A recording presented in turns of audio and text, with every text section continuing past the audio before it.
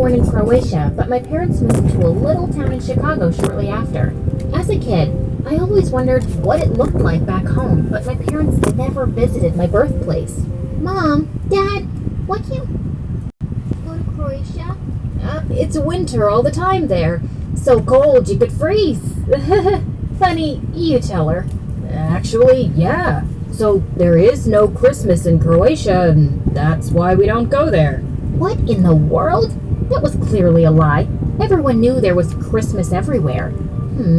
How odd. But that wasn't the only odd thing about my parents.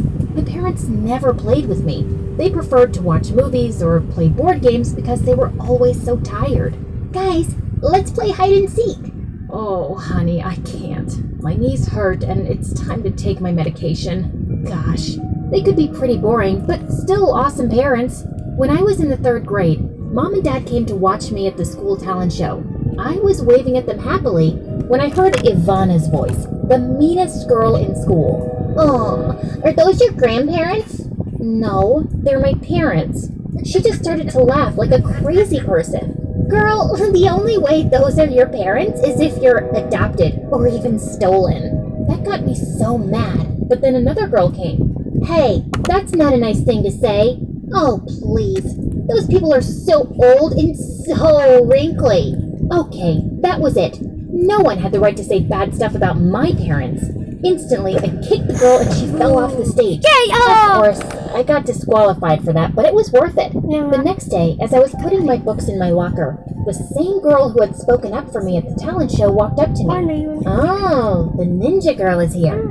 I loved it when you kicked Ivana. Really? It was pretty awesome, wasn't it? Totally. The girl's name was Tia, and after that day, we became friends. Tia was the funniest girl in school, and everyone loved her. As we got older, we got closer. When we turned 13, we both fell in love with Renaissance after watching Lord of the Rings. We loved to play dress up to all the events around us, which my parents were always willing to drive us to. Be still, my fair maiden, for I shall protect you. Make haste, brave knight. One day in the 7th grade, we were to dress up as our role models.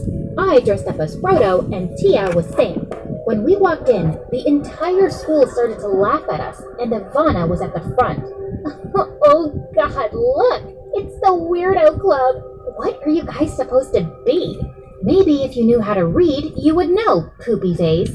Ivana hated us so much, but as long as we had each other, we weren't afraid of bullies.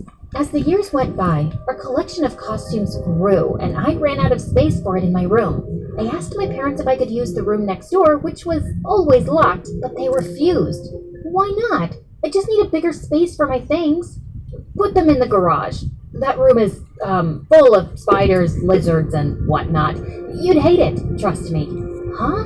Gosh, the way Mom said it had me intrigued. Now I really needed to see what was inside that room. When I told Tia about it, she ran wild with ideas. What if it's a secret lair filled with aliens or potions or magic? I had to find out. So later that evening, while Mom and Dad were away, I stole the keys to the room.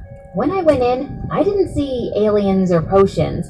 Instead, I saw piles of old newspapers, all in Croatian, with similar dates too. How odd. That was a few days after I was born. I grabbed some of the newspapers and headed to my room. I called Tia over, and we started going through the papers together. Then we found something. A folder. It had so many papers and newspaper clippings.